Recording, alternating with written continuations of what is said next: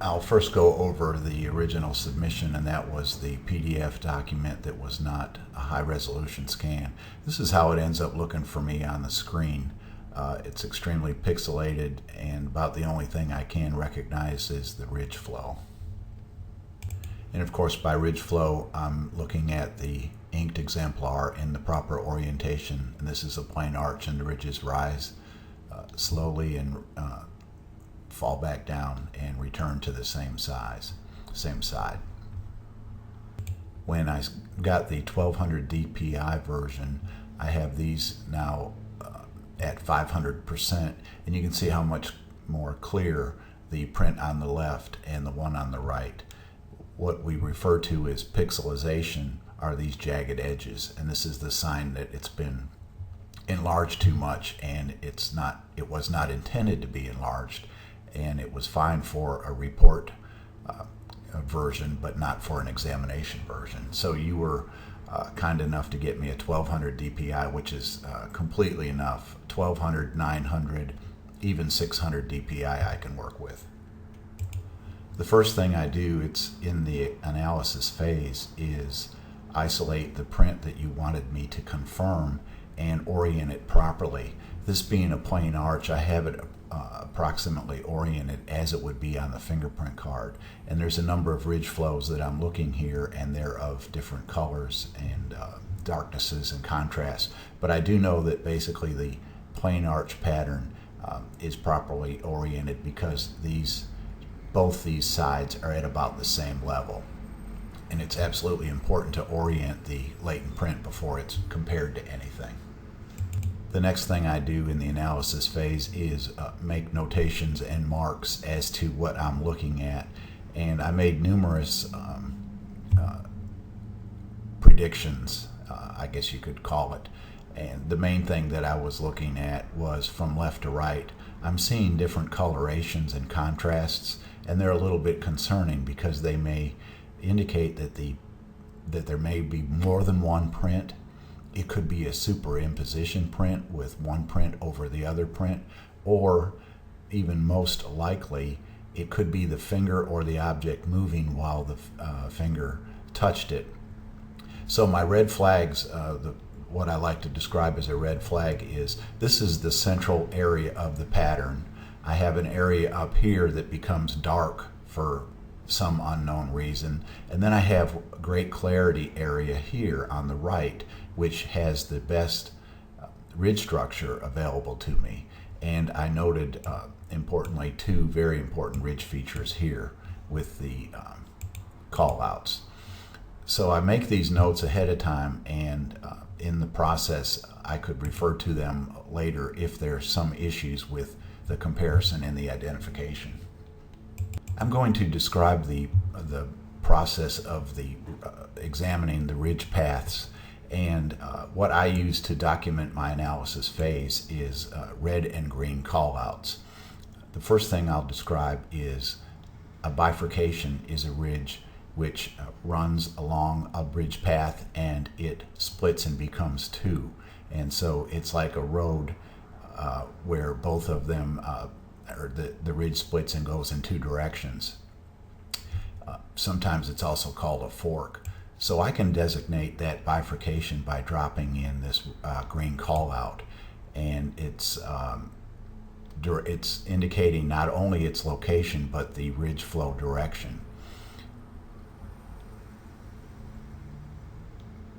As you can see here, I have this one marked, and this is a bifurcation, and I had it marked red, so all I have to do to change it is to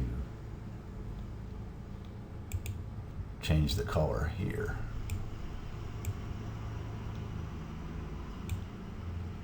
Let's move down here. This is a ridge path that's rising and abruptly stopping. This is a clearly defined ending ridge. Now there's a lot of other information here that I do not mark in the analysis phase normally.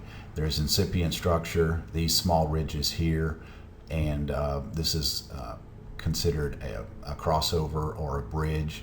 And there's also pore structure, which you can see, these indentations along the ridge path contour. these indentations are actually pores. So my process of evaluation is in the latent print. I look for ending ridges and bifurcating ridges, and I mark them with these callouts. I'm going in reverse, but to explain it better, I've got the array here where this is the known print. This is the print that I marked up all the ridge features that I recognized, and then this ends up being the ridge plot that represents all of the ridge events that I noted without the photograph of the fingerprint in the background. Now I'm looking again at the latent print in the way that I think it's properly oriented. And if you'll remember in my notes, I was a little bit concerned about these ridges, their clarity and their contrast, and they appear, in my opinion, to be somewhat out of a line. It looks like there's movement or something in there, so that's something that I have to take into account. Okay, now I'm going to bring in some of the callouts that I recognized or that I marked in my analysis phase. And of course the green are what I see as bifurcations, and the red are ending ridges. Now these aren't in any particular order. I'm bringing in both the callouts and some of the ridge count designations that I place. So let me just fill this up and get to a point where I have the entire plot marked. Okay, here is my interpretation of the various bifurcations and ending ridges and their locations, and I can put these little line counts, the yellow dotted lines that go from one ridge to another, and it ends up looking like a constellation. If I delete the image, this is now a representation of the number of ridge features that I noted and their relative position with each other. And if in the analysis phase process, I can look at these callouts on their own and recognize that this print is a fingerprint of value, keeping in mind that I'm using two areas that are a little bit suspicious from the different coloration, but the process will continue to look for these specific features in the known print. So there's another look of them. I can actually group these and lock them in, and this makes them movable, and I can rotate them, and I can even slide them around and carry them from one area to another. So let's take this back to where it was just by going backwards.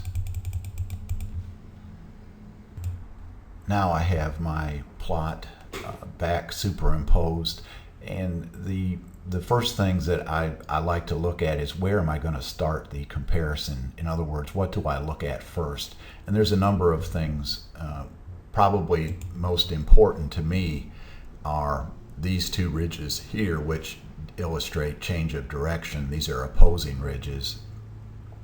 And there's another pair of opposing ridges in this section here. So I have 4 in this one area. What also is important to me is this ending ridge, and if I move it, you can see the clarity of this ridge, and it is clearly an ending ridge right in this area here, which makes this an important area to use as a beginning point or the starting point. And I can draw the lines and make the ridge counts between each of these corresponding ridges using this one as a starting point. So the comparison process now is going to be comparing that latent print to the callouts that I recognized represented in the inked print, and therefore it's incumbent on me to find each of these ending ridges in a corresponding and compliant position in both of them.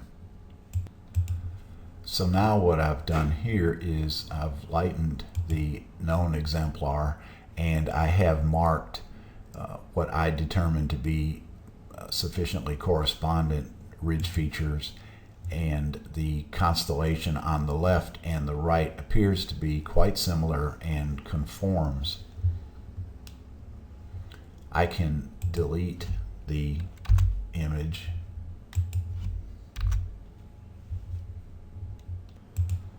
Okay, now I have both ridge feature plots, this being the crime scene print, this being the known inked print, and I can change the colors of these. So now I've made them shaded in gray, and I can group them and then just see how much correspondence I'm getting by sliding them over and looking to see, okay, how close is my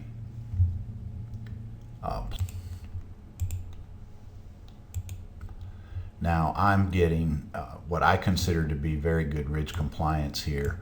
As you can see in the overlay, it's not exactly correct, but many of them, especially on here, are within a location tolerance that I think is suitable. So each of these here are corresponding close enough, and they're in a variety of locations and ridge flows.